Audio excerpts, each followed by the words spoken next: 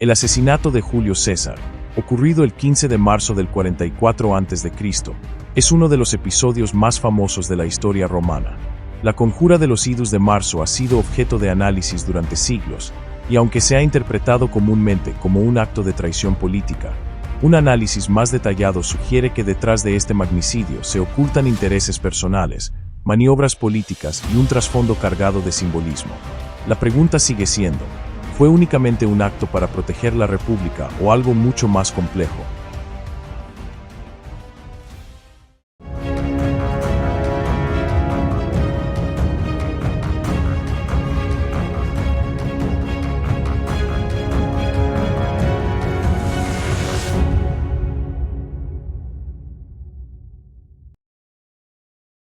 El contexto histórico, de la República al poder absoluto.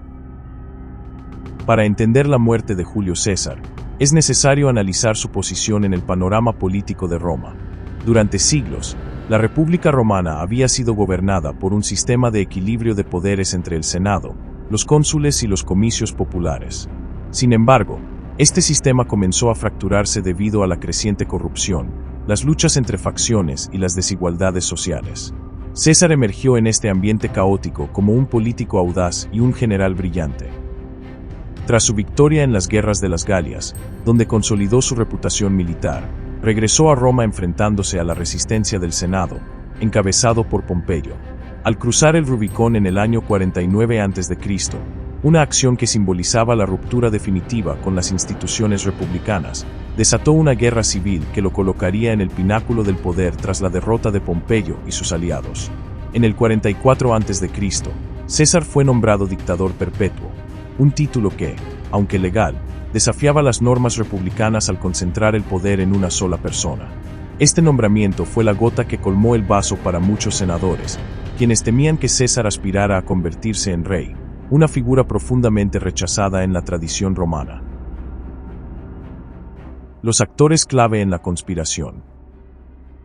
El grupo de senadores que tramó el asesinato de César estaba compuesto por más de 60 personas, pero los nombres más destacados son Marco Junio Bruto y Cayo Casio Longino. Cada uno tenía sus propios motivos para participar en el complot.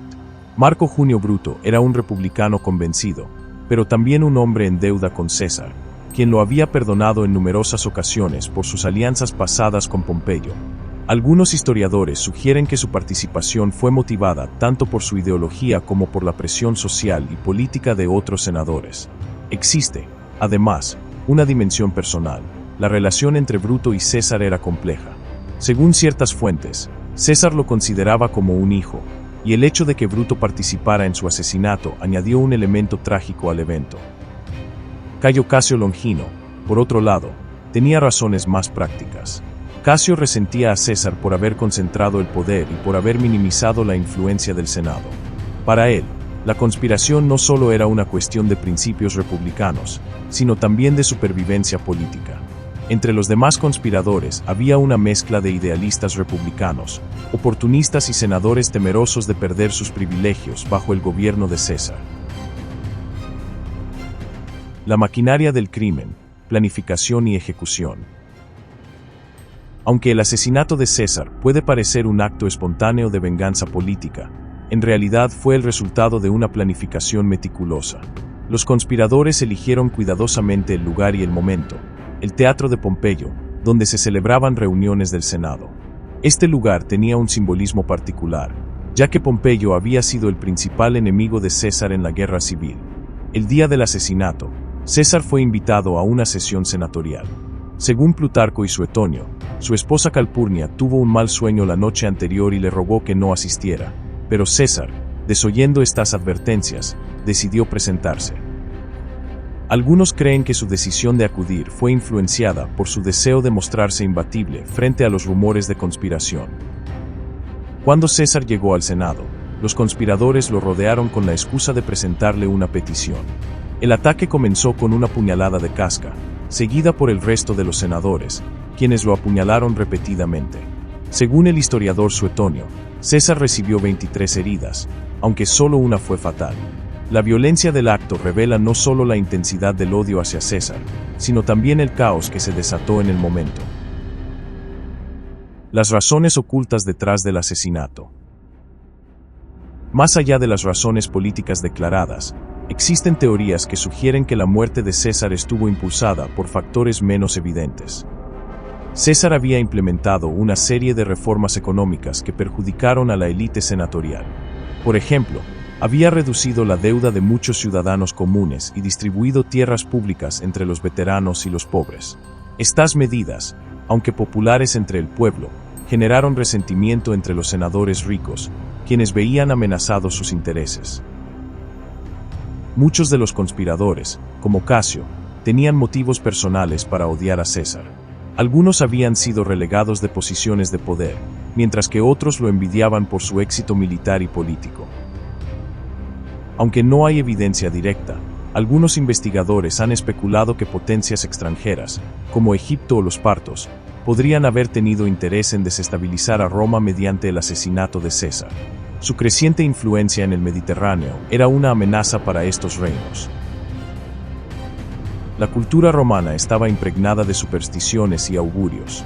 Los idus de marzo habían sido advertidos como una fecha peligrosa para César por un arúspice, y su esposa Calpurnia tuvo sueños proféticos sobre su muerte. Algunos romanos interpretaron el asesinato como un acto predestinado por los dioses para equilibrar la balanza de poder. Aunque César fue asesinado con la intención de salvar la República, su muerte marcó el inicio de una nueva etapa de guerras civiles. Esto ha llevado a algunos a considerar que su asesinato pudo haber sido un acto calculado para reorganizar el poder en Roma, incluso beneficiando indirectamente a figuras como Octavio. La escena del crimen, simbolismo y realidad. El lugar del asesinato, el teatro de Pompeyo, no fue elegido al azar. Pompeyo había sido el líder de la facción senatorial que se opuso a César durante la guerra civil, y el hecho de que César muriera en un lugar asociado a su rival fue un golpe simbólico. Sin embargo, el asesinato no ocurrió en el Senado propiamente dicho, sino en una sala anexa. Este detalle ha llevado a algunos historiadores a especular que los conspiradores podrían haber planeado originalmente otro tipo de acto público, pero recurrieron al asesinato en ese lugar debido a las circunstancias. Otro elemento simbólico es el número de puñaladas. Aunque 23 senadores participaron en el ataque, solo una de las heridas fue mortal, lo que sugiere que el acto estuvo impulsado más por la necesidad de involucrar a todos los conspiradores que por una planificación estratégica. Las consecuencias inmediatas. El asesinato de César no tuvo el efecto deseado por los conspiradores. Aunque el pueblo romano quedó inicialmente conmocionado, la lectura de su testamento, que legaba una parte significativa de su fortuna al pueblo y designaba a Octavio como su heredero, generó una ola de simpatía hacia el dictador asesinado.